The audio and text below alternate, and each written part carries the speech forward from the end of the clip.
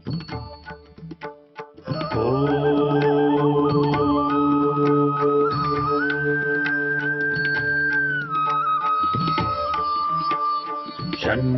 मित्रः शं वरुणः शन्नो भवत्वर्यमा शन्न इन्द्रो बृहस्पतिः शन्नो विष्णुरुक्रमः ॐ शान्ति शान्ति शान्तिः।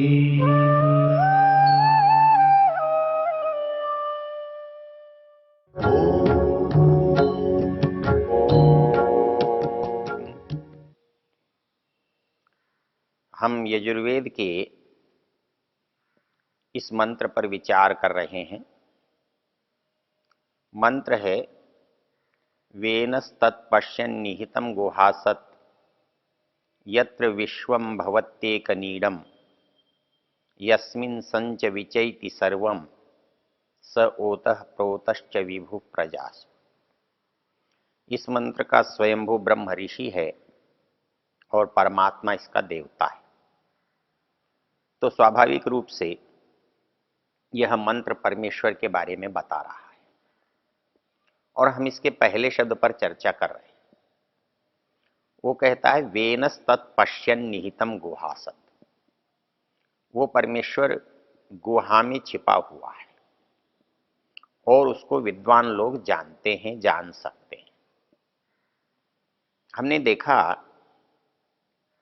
कि ईश्वर सबकी चीज है, सबके लिए है, तो फिर उसको केवल विद्वान ही जान सकते हैं। तो सब फिर उसका कैसा उपयोग करेंगे? तो इसके लिए हमें यह जानने की आवश्यकता है उसका उपयोग दोनों करते हैं। जो जानता है वो भी करता है, जो नहीं जानता है वो भी करता है। जैसा कि हमने चर्चा की थी, मनु महाराज ने कहा है इदम शरणम अज्ञानाम इदमेव विजानता। वो परमेश्वर जो मूर्ख हैं उनका भी वही शरण है और जो समझदार हैं उनका भी वही शरण है। इदम अन्विच्छताम स्वर्गम, जो स्वर्ग सुख चाहते हैं, कल्याण चाहते हैं, उनका भी आधार वही है। और जो संसार से विरक्त होकर उस परम ऐश्वर्य, परम मुक्ति को चाहते हैं, उनका भी आधार वही है। अर्थात सब अपनी आवश्यकता के लिए उसको स्वीकार करते हैं। कैसा स्वीकार करते हैं? जैसा उनकी बुद्धि में आता है, जैसा उनको बताया जाता है, जैसे उनकी समस्या का हल होता है, वैसा स्वीकार करते हैं। हमने देखा था कि ईश्वर को जो मानता है, जो बुद्धिमान मानता है और जो बिना बुद्धि वाला मानता है, उन दोनों में अंतर कैसे होता है। हमने देखा कि एक व्यक्ति मानता है ईश्वर अवतार ले रहा है और उससे उसका काम चलता है। ये बुद्धिपूर्वक माना गया है कि ये बिना बुद्धि के माना गया है? यदि आप इस पर विचार करेंगे तो जैसा हमने देखा कि इसमें बुद्धि का उपयोग यदि किया गया होता तो एक प्रश्न का समाधान चाहिए कि जिस व्यक्ति ने संसार बनाया, जिस ईश्वर ने संसार बनाया, उसमें किसी की सहायता की आवश्यकता नहीं पड़ी। वो एक पहाड़ को उठाने के लिए अवतार ले, इसकी क्या आवश्यकता है? जिसने पूरे आसमान को ही उठा रखा है उसको तो हम बड़ा मान नहीं रहे हैं, और जो कुछ ढेर को उठा रहा है उसे हम बड़ा कह रहे हैं। तो जिस असंभव कार्य को मान करके हम अवतार की कल्पना करते हैं, उससे बड़े बड़े असंभव कार्य तो हमारे सामने दिन प्रतिदिन दिखाई दे रहे हैं और उनके लिए किसी अवतार की आवश्यकता नहीं है। फिर हम उसकी अपेक्षा क्यों करते हैं? हम उसे क्यों चाहते हैं? हमारी सुविधा के लिए। हम जानते हैं कि वो सर्वव्यापक है, लेकिन फिर भी हम उसे जन्म देते हैं, उसकी मृत्यु कराते हैं। जिसका जन्म होगा उसके माता पिता होंगे, उसकी मृत्यु होगी, उसकी समाप्ति होगी, फिर हम उसका सामर्थ्य कैसे मानेंगे? लेकिन हम मान लेते हैं। हमारी एक और आवश्यकता को हम ईश्वर से पूरा कराने की कोशिश करते हैं। हमारी एक और इच्छा है जिसके लिए हमें ईश्वर की जरूरत पड़ती है। जब हम कुछ चाहते हैं तो किसी ऐसे व्यक्ति की आवश्यकता है जिसके पास वो चीज हो और वह वो चीज हमें दे भी सकता हो। दुनिया में ऐसे बहुत लोग हैं जिनके पास नहीं है, उनसे मांगने का अर्थ क्या है? और दुनिया में ऐसे भी बहुत लोग हैं जिनके पास है तो बहुत, पर वो हमें पात्र ही नहीं समझते, वो हमें देने की योग्यता ही नहीं रखते, उनके मन में हमारे लिए प्रति देने का विचार ही नहीं आता। उसका हमको क्या लाभ? तो हमको संसार में जो चाहिए उस चाहने के लिए उसके पास होना चाहिए और वो हमें दे, ये भावना चाहिए। तो इसके लिए हमने दो काम किए। एक काम तो ये किया कि जो हमारे दुख हैं वो उनको दूर कर सकता हो, और दूसरी, हमको जो सुख की सामग्री है उसे वो दे सकता हो। इसलिए परमेश्वर में ये दो बातें हमने कल्पित कर ली या जोड़ ली। अर्थात हमारे ईश्वर में एक सामर्थ्य है कि वो हमको दे, बिना कारण दे। एक कारण तो यह है कि मैंने गेहूं बोया था और मेरी खेती में गेहूं हुआ। एक यह है कि मुझे बिना कारण के मिले। मैंने कुछ भी बोया हो पर मुझे मिले वो जो मैं चाहता हूं। मुझे बिना बोए ही मिल जाए, बिना प्रयास के मिल जाए। तो यदि प्रयास से मिलना है तो उसमें किसी की आवश्यकता नहीं है। मुझे प्रयास करना है, मुझे प्राप्ति होनी है। तो जितना प्रयास होगा उतनी प्राप्ति होगी, जैसा प्रयास होगा वैसी प्राप्ति होगी। इसमें तो किसी की आवश्यकता नहीं है। मुझे आवश्यकता कब पड़ती है? मुझे आवश्यकता तब पड़ती है जब मैं बिना किए चाहता हूं। मैंने जो किया है मैं उससे अधिक चाहता हूं, और वो मुझे तब मिल सकता है जब मुझे देने वाला प्रसन्नता से दे दे। उस प्रसन्नता के लिए मैं वही उपाय करता हूं जो संसार में किसी को प्रसन्न करने के लिए करता हूं। मैं किसी की सेवा करता हूं, मैं किसी की प्रशंसा करता हूं, हाँ, मैं किसी से प्रार्थना करता हूं, मुझे वो चीज मिल जाती है। तो वैसे ही मैं समझता हूं कि मैं परमेश्वर से प्रार्थना करूंगा और वो चीज मुझे मिल जाएगी। इसलिए मैं उसको कहता हूं, बार बार कहता हूं, बार बार उसकी आराधना करता हूं और ये सोचता हूं कि मुझे मिलेगा। अब इसमें मिलने का और न मिलने का जो संबंध है उस पर मैं विचार नहीं करता। मैं ये मानता हूं कि मेरे ऊपर जितने भी कष्ट हैं मैं कहूंगा तो परमेश्वर उसे दूर कर देगा, क्योंकि वो सामर्थ्यवान है, वो दूर कर सकता है। हमें स्वतंत्रता का सबसे बड़ा एक ही लक्षण या स्वरूप दिखाई देता है कि जो स्वतंत्र है वो इच्छानुसार कर सकता है। वो बिना मांगे दे सकता है, मांगने पर दे सकता है, अधिक दे सकता है। वो दंड को क्षमा कर सकता है, पाप का नाश कर सकता है, पुण्य को बढ़ा सकता है। हमने ये मान लिया कि वो उसके पास एक ऐसी स्वतंत्रता है, ऐसा अधिकार है कि वो किसी का कुछ भी ले सकता है और किसी को कुछ भी दे सकता है। इस आधार पर जब हम उससे व्यवहार करते हैं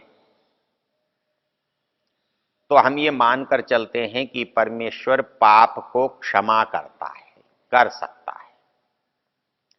और यदि पाप को क्षमा कर सकता है तो वो अतिरिक्त पुण्य, अतिरिक्त लाभ, अतिरिक्त फल भी दे सकता है। हम इसलिए ईश्वर को चाहते हैं, मानते हैं, उसकी सेवा करते हैं। हमारे मन में एक धारणा बनी है, बैठी है कि ईश्वर हमारे पाप क्षमा कर सकता है। और ये सिद्धांत वेद को मानने वालों को छोड़कर संसार के प्राय सभी मत संप्रदाय मानते हैं और इसको वो परमेश्वर की विशेष योग्यता, स्वतंत्रता, अधिकार मानकर करते हैं। यदि कोई व्यक्ति समर्थ है और वो किसी को कुछ भी दे सकता है और दे दे, तो उसका परिणाम क्या होगा? क्योंकि यदि एक ही व्यक्ति है, आप उसने उसे कुछ भी दे दिया, उससे कुछ भी ले लिया, कोई बात नहीं है। लेकिन एक ही तरह के संसार में जब बहुत व्यक्ति हैं और सभी चाहते हैं और सभी के पास दुख है, सबको कुछ अतिरिक्त चाहिए, सबको सुख की अपेक्षा है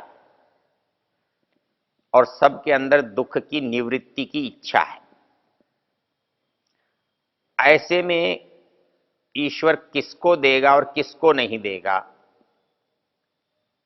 यदि ईश्वर इच्छा से किसी को भी देगा और किसी को भी नहीं देगा तो औचित्य नहीं रहेगा। एक मां किसी एक बच्चे को अधिक दे और बिना कारण के अधिक दे, बिना आवश्यकता के दे, तो आप उसे बुद्धिमती नहीं कहेंगे। तो वैसे ही परमेश्वर कर सकता है ये मानकर आप उससे अनुचित और अनुचित तरीके से कराएंगे तो परमेश्वर में सबसे बड़ा जो दोष आएगा वो अनुचित करने का आएगा, गलत करने का आएगा। इसलिए जिसने भी दुख उठाया है, पा रहा है, पाप किया है, वो उसे क्षमा करेगा कि नहीं करेगा? क्षमा करेगा तो क्या होगा? उसे क्षमा क्यों करेगा? क्या इसलिए कि उसका नाम उसने ज्यादा बार लिया है, उसकी सेवा उसने अधिक की है? तो ऐसा तो नहीं हो सकता कि राजा का सेवक है इसलिए किसी की हत्या कर दे और किसी की हत्या कर दे इसलिए छूट जाए कि वो राजा का सेवक है और ऐसा करने से छूट जाता है तो राजा पर दोष आता है, राजा पर अपराध लगता है, राजा को पाप लगता है। क्या परमेश्वर इतना मूर्ख है कि वो किसी पर प्रसन्न होकर कुछ भी दे सकता है और उसके दुखों को छुड़वा सकता है, उसके पापों को क्षमा कर सकता है? तो पापों को क्षमा करना और अतिरिक्त को देना दोनों में ही अनुचित है, दोनों ही अनौचित्य से घिरे हुए हैं। अर्थात बिना काम के, बिना परिश्रम के, बिना मतलब के कोई किसी को दे और अपराध करने पर भी दंड न दे, तो ये दोनों ही परिस्थिति किसी भी सही, भले, उचित व्यक्ति को अनुचित बनाती है। इसलिए यदि परमेश्वर किसी के पापों को क्षमा करेगा तो इससे लोगों को पाप करने से भय नहीं लगेगा, लोग पाप करने की ओर बढ़ेंगे, उनकी प्रवृत्ति उस ओर जाएगी और जो पुण्य करते हैं, कष्ट पा करके अच्छाई के लिए यत्न करते हैं, उनका उत्साह भंग होगा। और फिर संसार में जितने भी प्राणी हैं उन सबका अधिष्ठाता न्यायकारी प्रजापति वो स्वयं है। इसलिए वो एक के पाप क्षमा करे और दूसरे के न करे, एक को अतिरिक्त दे और दूसरे को न दे, तो वो अपने ही संतान के साथ, अपने ही प्रजा के साथ पक्षपाती कहलाएगा। उस पर पक्षपात करने का आरोप लगेगा, दोष लगेगा। तो इस दृष्टि से जब हम विचार करते हैं तो जो जो बातें सुविधा के लिए हमने उस परमेश्वर के साथ जोड़ रखी हैं उसे हम तब तक मान सकते हैं जब तक उसके पार बुद्धि का उपयोग न हो। इसलिए यहां पर मंत्र में जो शब्द आया है वो ये आया है कि ईश्वर के जो वास्तविक स्वरूप को है, कार्य को है, कौन समझ सकता है? कहते हैं विद्वान समझ सकता है, बुद्धिमान समझ सकता है। तो वेनस तत्पश्यन निहितम गुहासत, वो विद्वान उसको जान सकता है, समझ सकता है। इसलिए परमेश्वर न्याय सबके साथ करता है, दया सब पर रखता है। इसकी चर्चा करते हुए ऋषि दयानंद ने लिखा है, वहां एक प्रश्न पूछा गया है कि दया करेगा तो न्याय नहीं रहेगा और न्याय करेगा तो दया नहीं रहेगी। अर्थात न्याय कहते हैं जो अपराधी है उसको उचित दंड देना, और दया कहते हैं कि जो दुखी है उसे कुछ अपनी ओर से अतिरिक्त दे देना। हमारी सामान्य दृष्टि में ये दोनों विरोधी से शब्द दिखाई देते हैं, लेकिन यदि दोनों को मिलाकर देखें तो दोनों एक दूसरे के पूरक हैं। जब हम न्याय करते हैं तो एक को जब दंड देते हैं तो दूसरे को दुखों से बचाते हैं, उन पर हम दया करते होते हैं, और जिसको दंड देते हैं उस पर भी हम प्रकारांतर से दया करते होते हैं। उसको अपराध से छुड़ाते हैं, गलती से दूर करते हैं, पाप से मुक्त करते हैं।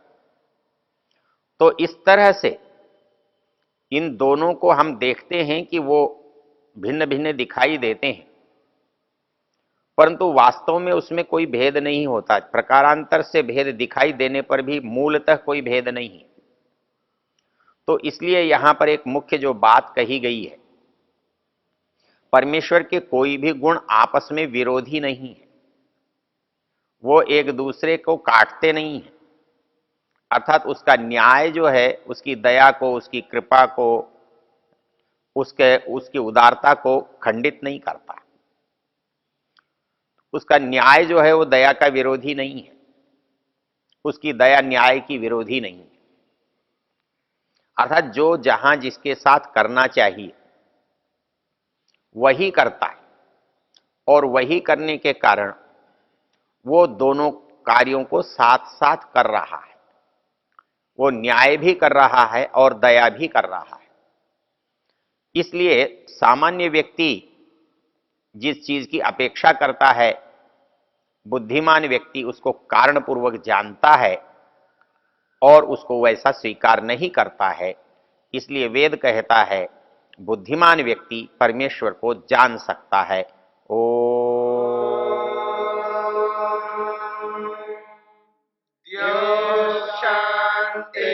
शांतिरंतरिक्षम शांति पृथिवी शांतिरापः शांतिरोषधयः शांति वनस्पतयः शांतिर्विश्वे देवा शांतिर्ब्रह्म शांति सर्वं शांति शांतिरेव शांति क्षमा शांतिरेधि। ओम